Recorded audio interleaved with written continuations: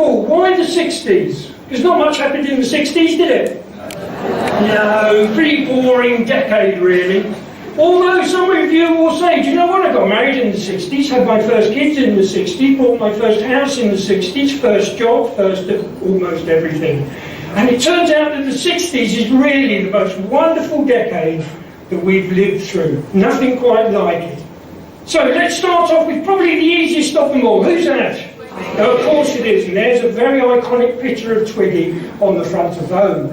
But you know, the most wonderful thing about Twiggy is this. That's how she looks today.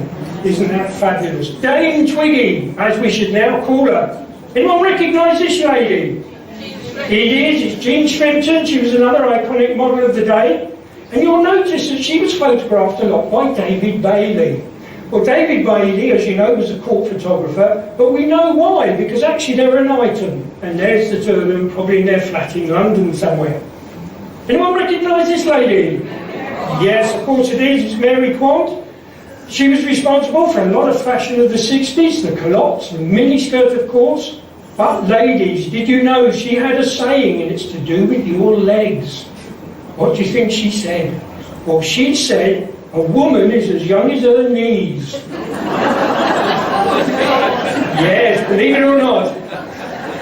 Well, there's quite a few gentlemen in the audience, so we'll have a little look later and we'll see how that pans out. Yes, she was responsible for the miniskirt, of course, and they did a lot of this in the 60s. How many of some things can you get into a mini? And that's obviously how many miniskirts, and as I always say, if they took them off, they'd probably get a lot more in. Very young Jane Fonda in a bit of a suede number, and they don't dress stewardesses quite like that anymore, do they? Who's this gentleman?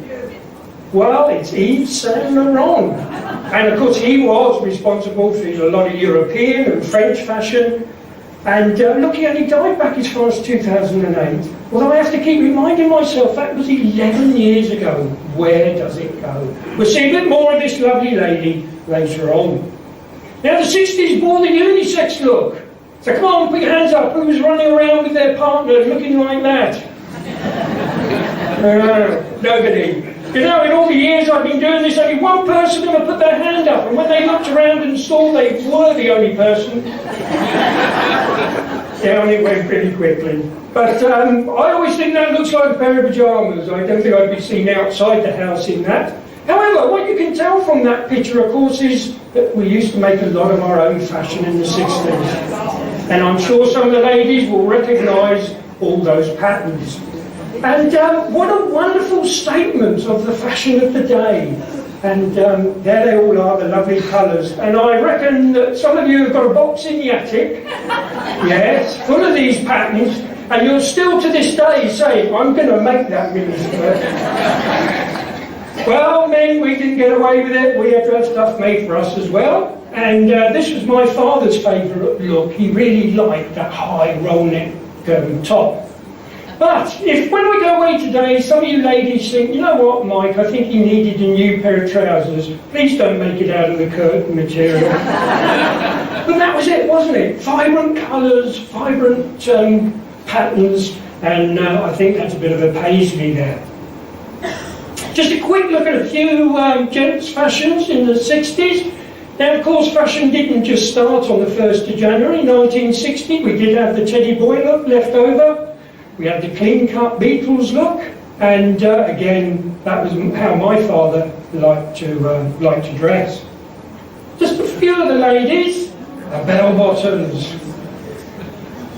Now, they started out quite wide, but they did get a bit less so, and they kept coming back, didn't they? They came back in the 70s, the 80s, the 90s, but of course they're never the same as the previous decade. So next to that box of patterns, you've probably got 5 decades of bell-bottoms. Here's those famous go-go boots with what really is a very short skirt. But next we have an import from America. And I know it's for the refined ladies among you, and I know you all are of the refined type, and that's the pillbox hat.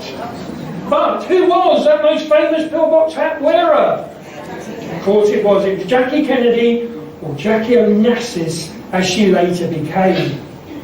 Where would you go to get some of that fashion? Well, of course, if you could get up to London, it had to be Carnaby Street. And it still is the mecca for fashion, but especially in the 60s, that is where you went. What did they call these chaps with the pearls? Well, they called them the Pearly King and Queens. Well, they're quite tame because these are the real Pearly King and Queens. And I'll give you a minute to count the pearls. You get an extra cup of coffee at the end. And there they are outside some East End pub in London having a great time. Quick look at some hairstyles then. Now, I always maintain there's a metal frame under there with pins and clips holding it all up. But I'm sure you'll tell me it's all to do with backcombing, hairspray, and probably 3 hours in the bathroom. I met a lady once who told me she used to keep hers in a paper bag at night, just to keep it in. Who was that most famous singer who had a beehive hairdo? Of course it is. Very smiley, Dusty Springfield. Just a quick look at a few more before we move on. Anyone recognise the American comedian? It is. Sadly, we lost her last year. And anyone know what the hairstyle's called? Well, yes, anything like that? The flick, any one of that. Here's my favourite actress of the 60s, Audrey Hepburn, of course. Anyone know what that hairstyle was called? Well, so long as you've got the word French in there. French pleat, French twist, whatever. Anyone recognise this young lady, American singer? She died very young. It's Janis Joplin. Never ceases to amaze me how many people know that. But did you know that hairstyle has an official title? And it's not unkept, unwashed, unclean, dragged through a hedge backwards. It's actually known as the hippie style. So, anyone got the hippie style this morning? This morning. Let's have a quick look at some music then.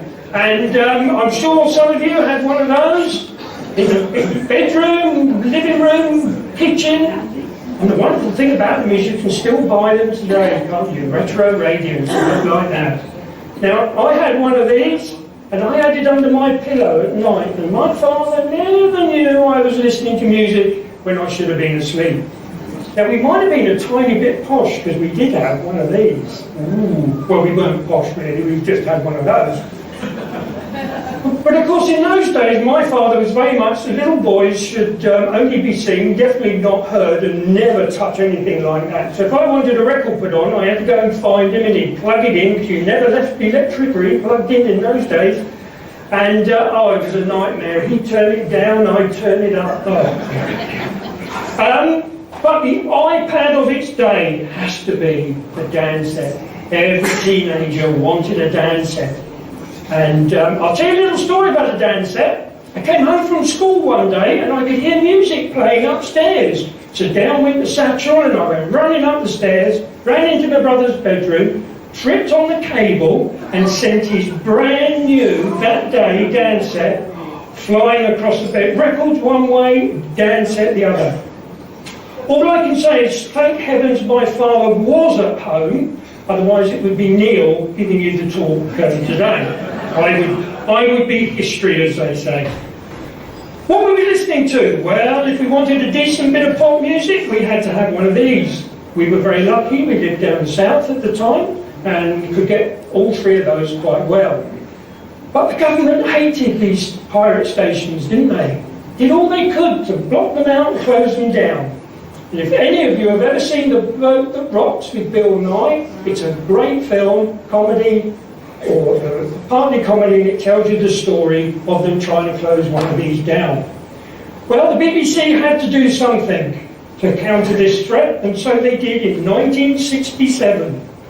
Well, what happened first? Radio 1 was launched, of course, and look who that first presenter was, Tony Blackburn, still around to this day, came off one of those pirate ships. But does anybody remember what that first record was that was played? Flowers in the Rain, and I'm just going to make sure the sound is right.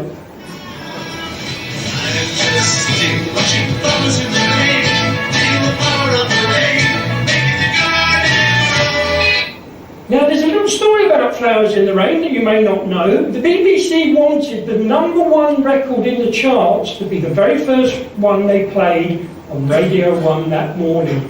Well, blow me if it wasn't Engelbert Humperdinck and the Last Waltz. Well, of course, that just did not fit with the image of Radio 1, so they went to the number 2, and the number 2 was Flowers in the Rain. What happened next? Well, of course, Radio 2 came along, followed quite quickly by Radio 3, and then, of course, the home service morphed into Radio 4. And here's just a few of those early presenters, including our great friend here, Tony Blackburn. What were we listening to? Gosh, for 30 years we were sat on our mother's knee. Bit old to be doing that, but anyway, we did enjoy the stories. Now you have to ask that obvious question, don't you? How could a puppet show become one of the most popular radio shows? But it did. Did you know in 2005 the Archie Andrews dummy went up for auction? It sold for £35,000. Gosh, I don't know what made it so special, but it certainly was. Wasn't he naughty? How did he get away with it? I used to think if I did half the things he did, my father would have knocked me into the middle of the next week. I never wanted to know what that meant, but anyway. Well, by the end of the programme, of course, he always came up smelling of roses.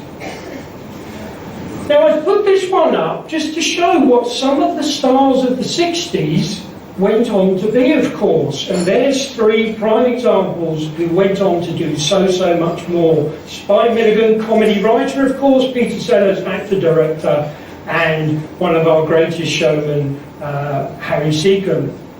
Now, you may not remember this programme, but again, I've put it up just to show some of those great names that went on to do so much more.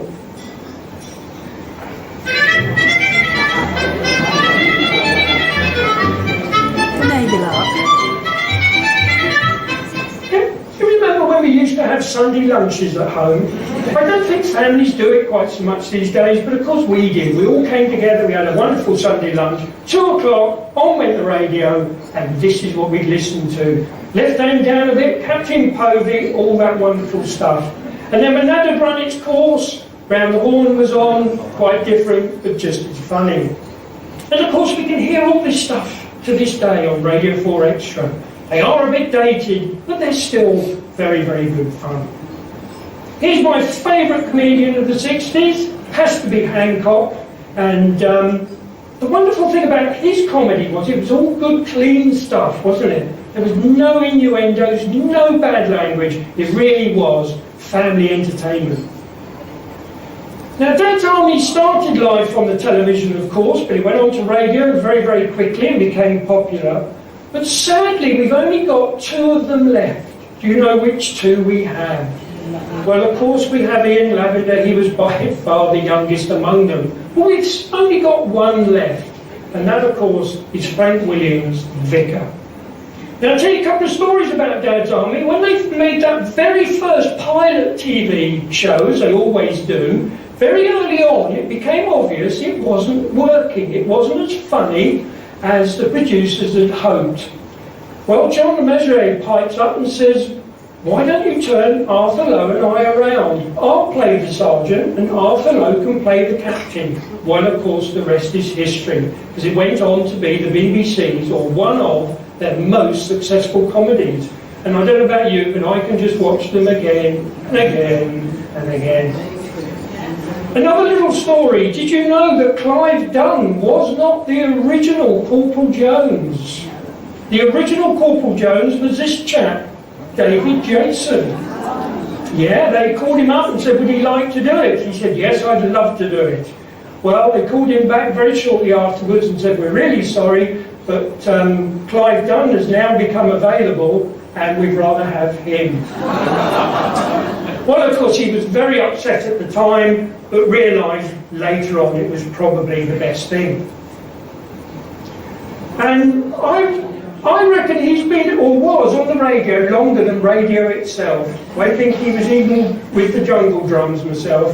But very popular, had a lot of sayings, didn't he? What's the recipe today, Jim? But what did BFN stand for? Bye for now. Yes, of course it did. Let's have a look at some music then, and if you managed to get to a big city, big town, this is where you could rifle through all the records and have a look. But there's something you could do in those days we haven't been able to do for a long time. Yes, of course, you could sit in a booth and almost listen to your records all day long, and you only ever bought the one you really liked. Now, I do a lot of WIs, and I must admit, they always tell me you can get up to 3 people in one of those booths. Yeah, but they won't tell me what they got up to. Who we got?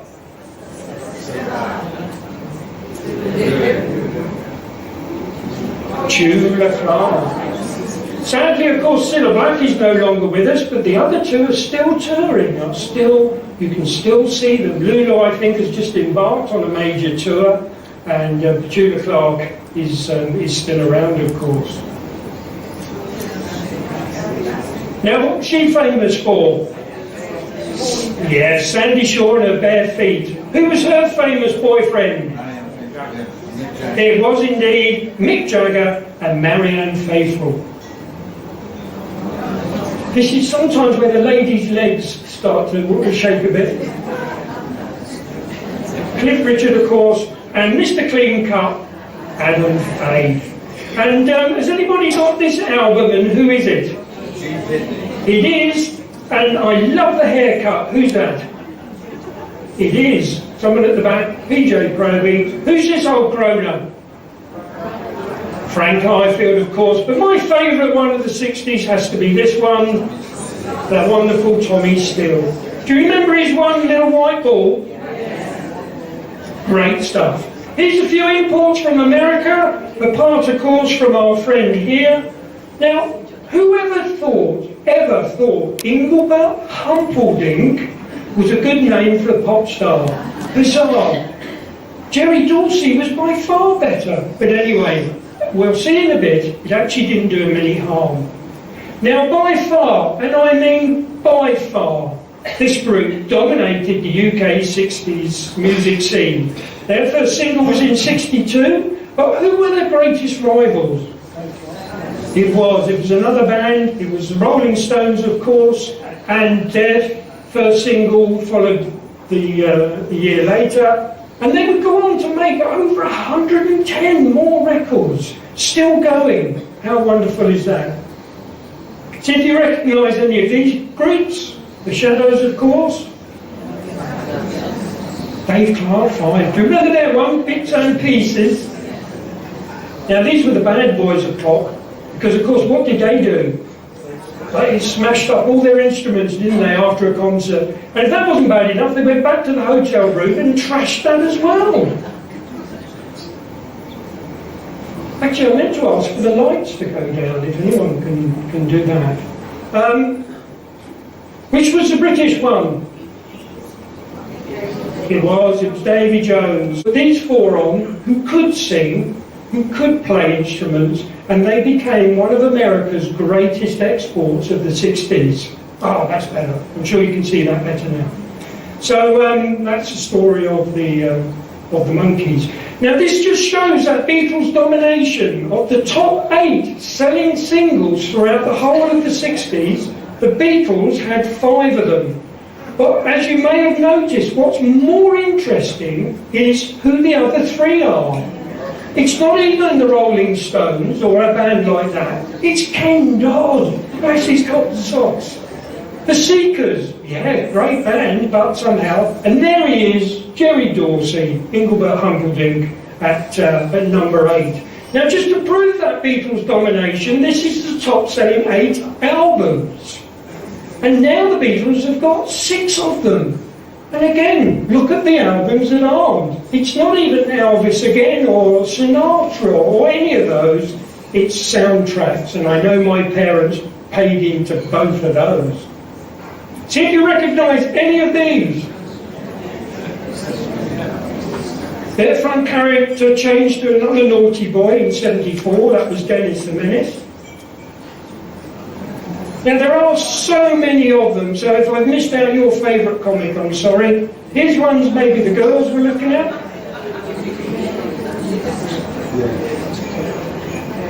Here's But what magazines were the lady of the house reading? Well, of course it was Woman's Realm. That has to be a Christmas edition, just look at that sweater. Woman's Own and Cosmopolitan.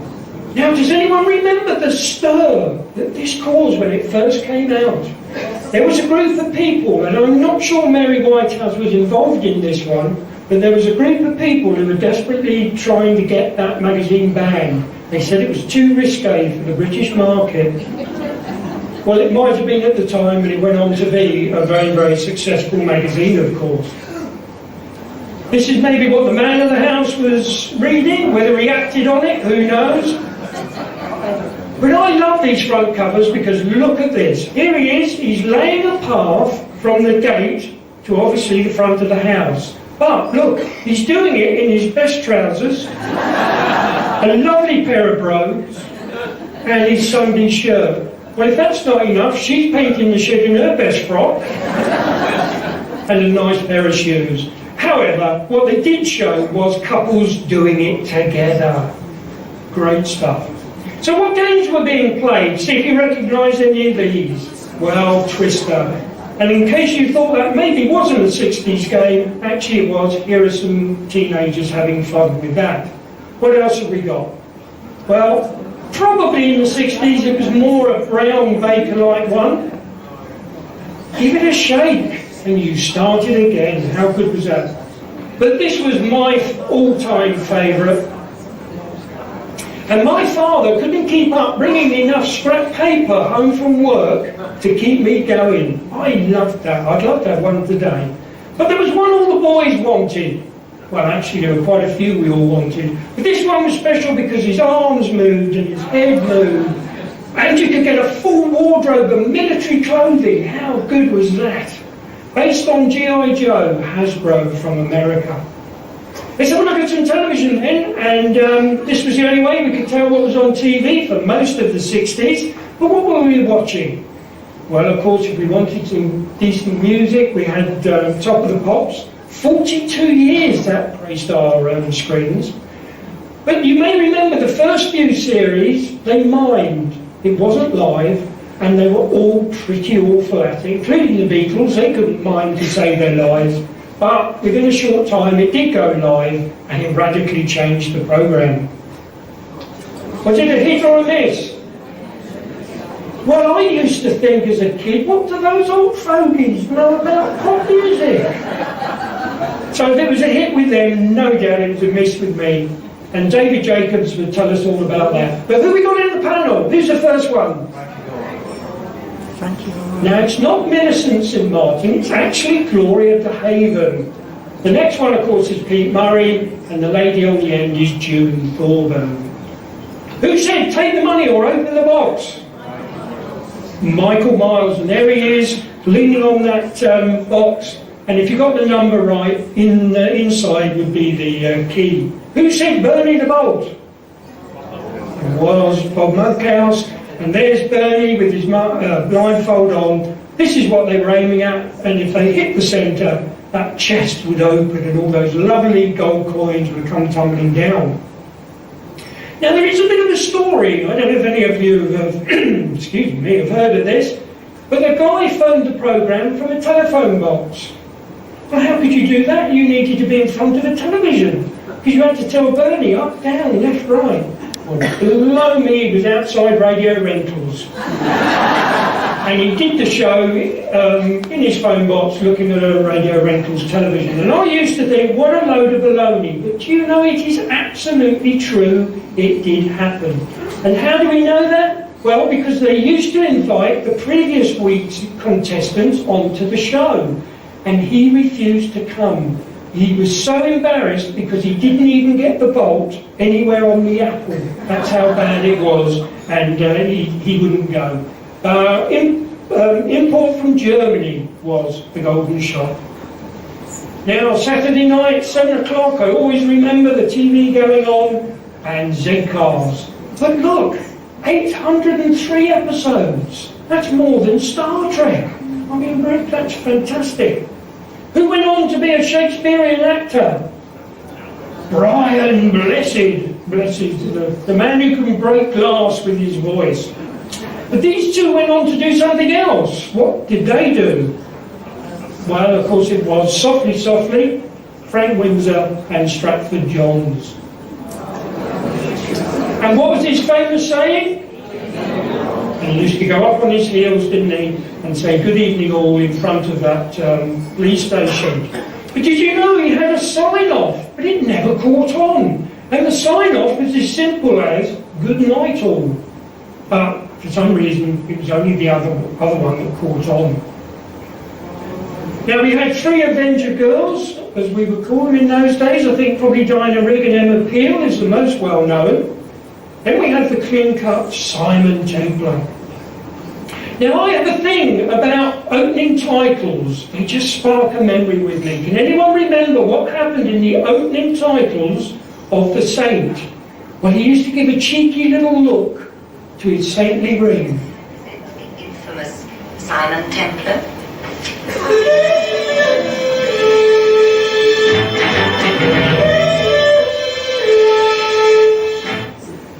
I just love that sort of thing. And what did this guy do in the 60s? Well, he did do The Prisoner. That was very late in 69. He did a programme throughout the 60s, and of course it was Danger Man. And that ran from 60 to 68. Now America, we had a lot of import from America. They made a lot more programmes than we did, especially in colour. Can anyone remember their stage names? This was hugely popular. Well, of course it was Ilya Kuryakin, Napoleon Solo and Alex Waverley. What was Ironside famous for? Yes, he was in a wheelchair, and there he is. Columbo and his Mac and his bits of paper and totally unorganised. And the fact it took 59 minutes and 30 seconds for him to ask that killer question. And that was only after he started to walk away and suddenly remember. Great stuff. What was the saying that came out of the Y50? Booking Dano. And those were the last two words ever spoken on every show, and you'd see Dano leading the suspect away, booking Dano. But the music was good, wasn't it? Now here's a quick look at some of the cowboy shows, because there were a huge number of them. High Chaparral, but probably the most well known is this one. But can anyone remember what happened in the opening titles? The Mapbirds, of course it did.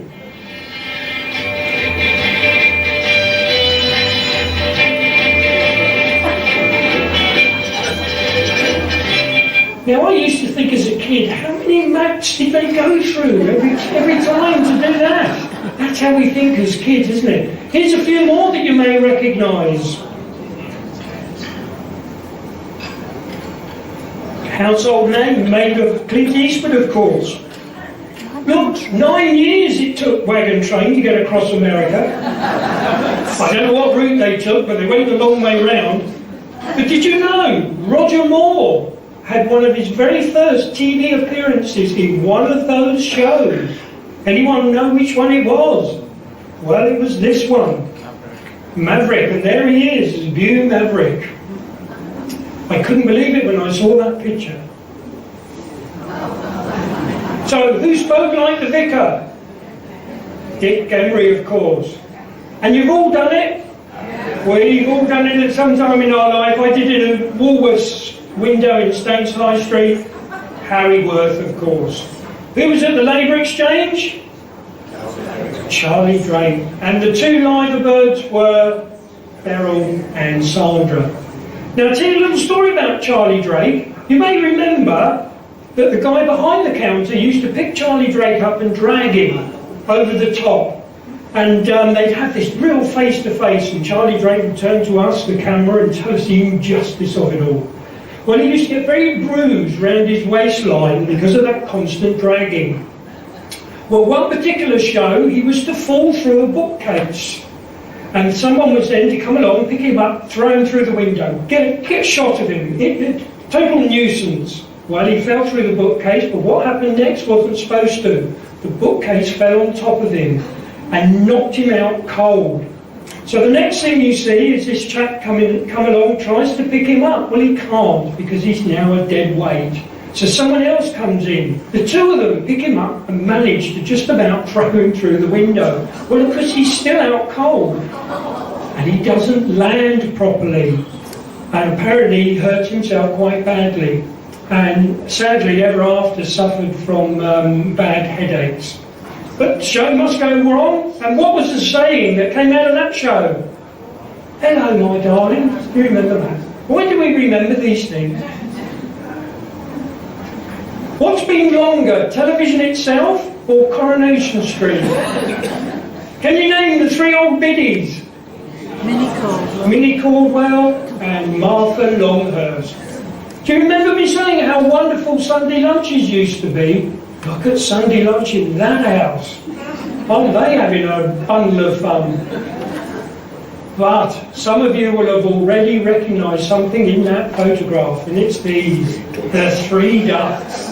Yeah, my grandmother had three ducks, exactly the same as that, except her middle one wasn't heading south quite like that one was. Well, ITV's answer to that was Crossroads, and of course Sandy was in a wheelchair as well. And as I often say, that looks like it's out the front of a warehouse somewhere on a trading estate. Who would want to stay in a hotel like that? But anyway, there we go. Quick look at some children's programmes, and of course Blue Peter was exceedingly popular. But what was that most famous incident? It was, and it was Lulu the elephant. Well, for those of you that have forgotten or didn't know, Lulu the elephant peed all over the studio floor. The zookeeper could hardly stand up, he was slipping and sliding, and these three were in such fits of laughter they couldn't speak. Well, they managed to round the elephant up, and just as they were taking it off, he did something else unmentionable, and the whole thing started again. But what used to happen this time of year on Blue Peter? With coat hangers and bits of tinsel, we had to make our own decoration, didn't we? And gosh, there we are, a couple of coat hangers and all that stuff. Magpie, ITV's answer again to that wasn't too bad. But who spoke like the animals? Johnny Morrison, Animal Magic, of course. And the most frightening Doctor Who of them all has to be the original William Hartnell. But who was responsible for all the wonderful puppet shows we had? We had Stingray, Captain Scarlet, Joe 90. They were terrific. And you may remember it was Jerry and Sylvia Anderson. Let's have a quick look at some movies then. And probably the first of the big budget modern science fiction was 2001. And here's my favourite actress again of the 60s is Audrey Hepburn. There she is again in My Fair Lady, but just to prove how gorgeous she is, there she is with Peter O'Toole in How to Steal a Million. But what was that biggest box office hit pretty much throughout the whole of the 60s? It was The Sound of Music. And there they are. Can anyone name all the children? We usually get Liesel. And is there a Greta? I think there might be. But anyway, there we are. Did you know Christopher Plummer did not enjoy making that movie? Hated every minute of it. Didn't like it was a musical. Didn't like working with children. Didn't like the story. Didn't like. But of course, what did he do? Made a star of him and probably a lot of money. Then we have the wonderful Graduate. God, Dustin Hoffman, how did he get away with that? But did you know Anne Bancroft was not the original Mrs. Robinson? Well, it was this person, Doris Day. Now, Doris Day apparently took the script home, got no more than a dozen pages through and said, no, absolutely not for me, and turned the role down. She was a very quite prim and proper lady and actress, and this was certainly nothing she wanted to be involved in. Well, of course, they chose Anne Bancroft to replace her, and I think probably was the best plan. Now, we've had 7 Bonds up till now. I'm sure you've all got your favourites. Mine happens to be the current one. I think Daniel Craig is the best. although Sean Connery, more than most, get that vote. How many do you think they've made? Well, a colossal 24. And the 25th, as you know, is being put together as we speak. And the wonderful thing about this movie, of course, is all those other great actors. What a great movie this was. And if you look deep into the list, you'll see quite a few more. Well, Hitchcock was frightening the bejesus out of us. I think The Birds is my favourite of those two. Then we have the rowdy comedies of the 60s, the carry-on movies. And this was the fourth one, Carry On Constable. But how many do you think they made? Again, an unbelievable 29 carry-on movies. Now, I always say something controversial here, because I happen to think that's 20 too many. I know. And I say that from the point of view that they were great comedies for the 60s and early 70s, but really by the 90s, I think they'd run their course and weren't as good as those early ones with all those original great actors. The Beatles had 4 movies. I don't think any of them were blockbusters, but it certainly did make them a lot of money at the turnstiles. Then we have what I call a good Christmas movie. This seemed to be on at Christmas for I don't know how many years. But again, look at all the great actors. Benny Hill, Eric Sykes, Terry Thomas, just some great names. And probably the best of the first Disney's has to be that original Jungle Book. How good was that? Now, before you went into the cinema, you might have brought yourself one of these chocolate bars, or if you didn't want a wrapped up sweet, you went to the little lady in the sweet shop who gave you a bag of one of these.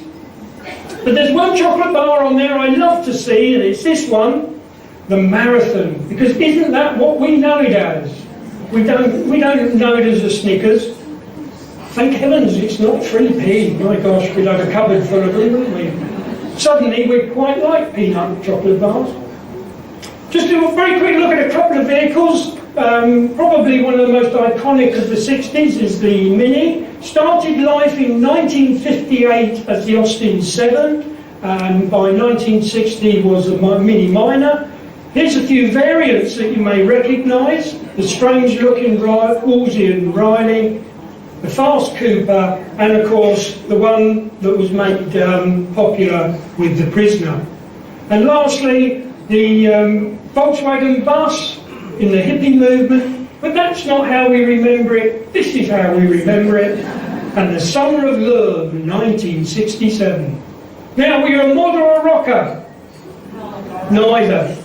Well, if you're a rocker, of course you liked your motorbikes. Mods love their scooters, but look at this guy. And the worrying thing is, he's a learner. Let's have a quick look at some stuff that was produced in the 60s. The first audio cassette was 62, again probably consigned to a box in the attic. Calculators were first seen in the mid-60s, but weren't they expensive? You actually needed a second mortgage to afford one. And then another thing that keeps coming back is Edward Walker's lava lamp. I think the Range keeps selling them every year. Anyone recognise what that is? I guarantee most of you have used one, and some still are. Well, it's the prototype of one of these. And that is the very original computer mouse. Douglas Engelbart in the mid-60s invented that. First ATM went into a bank in London, 1967. Did anyone have a trim phone? Yes. Weren't they terrible? Oh, sorry? No, they were awful. And I'll tell you why, and I'm talking out of my father's lips now, because he ordered one of these, but of course in those days the GPO had to come along and fit it for you. Couldn't do it yourself. The man with the screwdriver came along and did it. Well, this here, that cable was so strong that when you lifted the phone up, the whole thing came with it. And you dared move away from the table because it just followed you wherever you went. So my father, within a week, was ready to throw that thing through the window. And he wanted to put a 6-inch nail just about there. Well, my mum managed to stop him doing that. She wasn't worried about the phone, of course. She was worried about something else. But what were some of the dumbest ideas? Well, she looked happy with her shower hood. TV glasses. Now, why would you want a pair of televisions sat on the bridge of your nose? I don't know. But the next one is very topical, and I know you're all going to want one of these, and you need to go out and get one very quickly, because you're going to need to put the turkey on right now. Even before the Brussels sprouts. That is an external turkey roaster. Isn't that fantastic? Now, if my wife and I ever took up smoking, we would have to have one of these. Is that cigarette love, or is it saving on cigarettes? Who knows? And then finally, a television so small I couldn't tell you what was on. In fact, I think it is the test card. But why you'd want a television that small, I don't know. But does anyone recognise the British inventor? Well, it's a very young Clive Sinclair, of course. Do you remember that first heart transplant? We couldn't believe it, could we? This was just absolutely incredible that this could be done. Well, do you know what? We shouldn't have been that surprised, because some of the other medical firsts of the 60s, like liver and lung transplants, means that possibly the heart was a natural progression in surgery. Well, of course it was, but the problem was not so much the surgery, although that was very complex, it was the rejection drugs. That's what they needed to get right, and of course they did. By 1963, the pill had gone on prescription, thank heavens for that, because of the Summer of Love in 1967. The other day I was in the dentist chair. It was a specialist dentist, and I was looking around at hardly anything, just a TV screen on a very white room. And I thought, what did the dentist look like in the 60s? What do I remember as a kid? Well, that. And of course, the drill with the dreaded cables. Ooh, ooh. And wasn't it dull? However, the funny thing about this picture is he is not taking his hat off, but anybody, not even the dentist, managed to get his hat removed. Ladies, have you sat under one of those?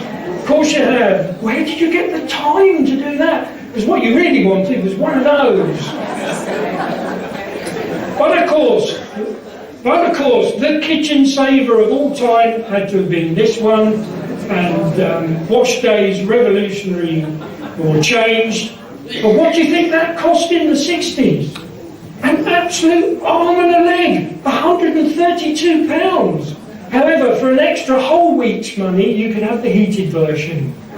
Gosh, what a lot of money. Did you have one of those in the kitchen, the bathroom? Might have even been the living room. Well, when that rusted out, you probably had one of those, or you had the one that looked like the dial-out. But there were 3 colours of paraffin. What was those? What were they? Well, it was pink, of course, blue, and Regent green. Those were the 3 colours. Just one page of sport. 35,000 people watched Henry Cooper put Cassius Clay on the deck. One of the very few boxers ever to be able to do that. Muhammad Ali, of course, as he later became. Just a few Formula 1 drivers, when I think it was worth watching. Who's that and what did he win? It is Tony Jacklin. He won the Open in '69. Must have been a good year for sport, because this lady won the Wimbledon ladies, and that, of course, is Anne Jones. Just 4 royal events of note. 2 births, Prince Andrew and Edward. I bet Prince Andrew wished he hadn't been born. Prince Margaret married Armstrong Jones, and then at the end of the decade we had the investiture of the Prince of Wales. But what I remember from that is how glum he looked. The whole way through, he just looked so glum. Here's just some events of the 60s. Well, these two couldn't stand the sight of each other. Their countries were sworn enemies, but these two were the best of friends, and it all, of course, revolved around the missile crisis of Cuban missile crisis. And thank heavens they did see common sense and turn those missiles around, because we were only hours away from a possible World War III. Yuri Gagarin, first man into space in 61 followed a year later by the first man to orbit the Earth, and that was the start of the space escalation between the two superpowers. Nelson Mandela went to prison in 64, because he came out in 90. Then we have the terrible two, the Moors murderers. What have these three got in common? Well, of course, they are all assassinated. Kennedy in 63, Martin Luther King by James Ray Earl in 68, and then a few months later, Bobby Kennedy copped it in June. I don't think the Americans quite like the Kennedys, do you? There's something going on there. Then we had the horrendous happening at Aberfan, and I just remember how we all felt. It was just awful. 174, vast majority of them children, of course, died in that event. Here's something very topical, and I promise not to mention the B word. In 1961, we applied to join the EEC, but in 63, the French blocked our entry. Well, in 67, we tried again, but look, our wonderful friends the French blocked our entry again. Well, of course, we finally joined in 73, but in the middle of all this wonderful détente between us and the French, we don't agree to build the Channel Tunnel. So they were quite happy for us to visit with our holiday money, but they didn't want us in their club. The Great Train Robbery of 63, the most famous to come out of that, of course, was Ronnie Biggs. 2.5 million was stolen. Now, that's a lot of money in today's money, but in 63, that equated to £40 million, and that is why it was so high profile. Well, nearly there, honestly. Marilyn Monroe, we lost, but not before she made 31 films. Quite incredible. Tony Hancock committed suicide in a hotel room in Australia, and it never ceases to amaze me how comedians can make us laugh, but so many times they have an inner struggle themselves, and Tony Hancock was one of those. We lost our greatest Briton of all time, as far as I'm concerned, Winston Churchill.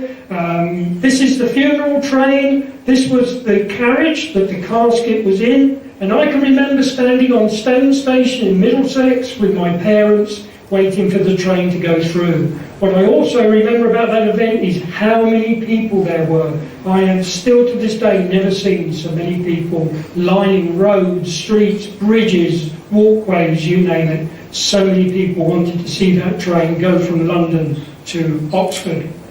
Here's just a few things that were built in the 60s. Anyone who's been on her will say what a wonderful ship she was. Over 1,500 747s have been built. There are now only about 350 operational in the world. The rest have been broken up or are sitting in the desert waiting to be broken up. All to do with these four things, that they've just become too expensive to run. We saw Concorde fly at the end of the decade. Sadly, was withdrawn in 2003. But what was the world's most beautiful car ever built? Ever in the whole world? This is just for me, by the way, because I just love this. Isn't she lovely? I think she's beautiful, the Jag. Okay, very, very close now. One of my top three events of the 60s. In third place, it has to be this one. Now, I'm not a football fan, I don't watch football, but what I do remember is how we all felt in 1966 when these guys won us the World Cup. And I think we can almost name all the players. Even my grandmother was out kicking a football around. That's how good it was. Don't think I could name an England player to save my life today. However, do you remember the two brothers that played in the game? Bobby and Jackie. Did you know the third Charlton brother has played for England in football? Yes, there he is, Tommy Charlton, in walking football. So all three brothers have played for England. How good is that? In second place, this is to do where I've come from today. and that is the Beatles came to Tenbury Wells. Woo! Yes, they did. Sorry? Well, they lost. Well, well, yes, they were. They turned into Tenbury High Street, and we blocked their way in, way out. We've had Queen Victoria visit Tenbury. She named it the little town in the orchard. We've had prime ministers, famous writers, but none of them can match the Fab Four. Now the story is that for the want of 24 hours, actually they wouldn't have come to Tenbury because their second single, Please Please Me, was going to #1. Had it gone to #1 24 hours earlier, they wouldn't have come because they needed to stay in London for all the razzmatazz that's around a #1 record, especially when you're the Beatles. Television, magazines, papers, all that sort of stuff. However, they knew they could come to Tenbury, honour their commitment, and get back to London ready for the morning razzmatazz. Now, I gave this talk to a U3A in Solihull back at the beginning of the year, or was it last year? Do you know how many U3As there are in Solihull? Well, I've lost count. I think there's at least 8. But anyway, and the guy came up to me at the end and he said, yes, I know all about that. He said, I was there. Well, actually, I'm quite often meeting people who were there. But this was special because he was a guitarist in El Riot and the Rebels. And it was through him I managed to get a copy of the ticket. So how good was that? What's in first place? Well, it can only be one event. And not only the biggest of the 60s, but the biggest of mankind.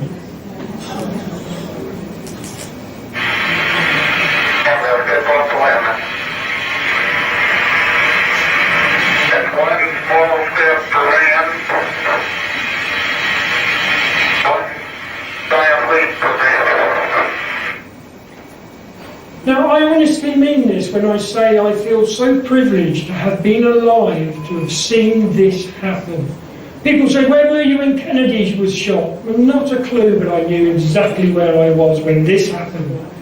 And as far as I'm concerned, they can put a man on Mars, they can put a man on Pluto, they can do whatever they like, but it won't be the same as that very first person who put their foot anywhere else than the Earth.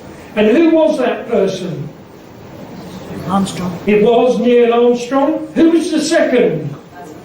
Yeah, well, it's not Buzz Lightyear, because that's a toy. Quite right, it's Buzz Aldrin. But who was the poor guy who kept going round and round, waiting for them to come back? It was Michael Collins, who sadly, most of the time, gets forgotten. But it turns out he was the most important person in that whole mission. And yet, we really don't always remember who it was. So, we've almost reached the end of the show, because we've got the test card now, except I've just got 2 things to leave you with. The first one is, what did a Christmas look like in the 60s? Well, a bit like that, although we did have the wonderful tinsel trees, didn't we, come on the market? How good were they? And that's why you'd probably hang on them, and then we'd spend our life licking and sticking. And I can remember them being all over the house, and my father having to put the pins in and all that stuff. But I'm going to leave you with one very last thought, and that is that not how we enjoyed ourselves in the 60s? We scraped our knees, we got dirty, we did everything, but we had fun, didn't we? How do kids enjoy themselves today? Exactly. I think that's just a sad reflection on how it is. Prejudice. Now, what happened when you turned the TV off at night? What happened? The spot disappeared, didn't it? And I used to will that spot never to go away because I knew what was coming. My dad would say, right, you, bed. So before I send you all to bed,